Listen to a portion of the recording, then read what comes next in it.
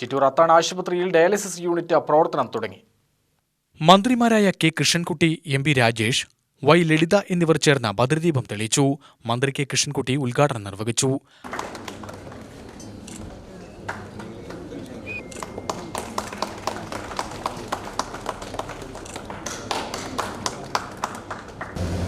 ഒക്കെ വന്നതോടുകൂടി ചികിത്സാരംഗം തന്നെ മാറുകയാണ്. ഇപ്പോൾ ഞാൻ 10 ദിവസം മുമ്പ് പത്രത്തിൽ വായിച്ചത് എത്രയോ 1000 മൈൽ അപ്പുറത്ത് നിന്നിട്ട് ഓപ്പറേഷൻ നടത്താനുള്ള സാങ്കേതിക വിദ്യകൾക്ക് വന്നതാണ്. രോഗത്തിലെ ചെറിയ നാനോ ഏർപ്പാടൊക്കെ കണ്ടുപിടിച്ചിരുന്നതാണ്. അതൊക്കെ പോട്ടെ, അതൊക്കെ പുതിയ സാങ്കേതിക വിദ്യ പ്രയോജനം. പക്ഷെ അത് ചെയ്യുമ്പോഴും ഏറ്റവും സമൂഹത്തിലെ ഏറ്റവും പാവപ്പെട്ടവരെ എങ്ങനെ സഹായിക്കുന്നതൊരു ചിന്ത വേണം.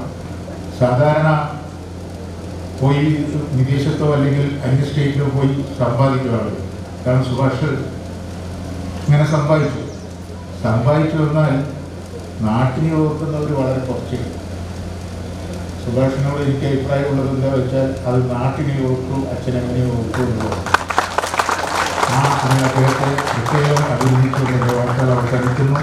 അത്താണി ആശുപത്രി chief executive officer doctor N Sathyanarayanan dialysis യൂണിറ്റിനെ കുറിച്ച് വിശദീകരിച്ചു.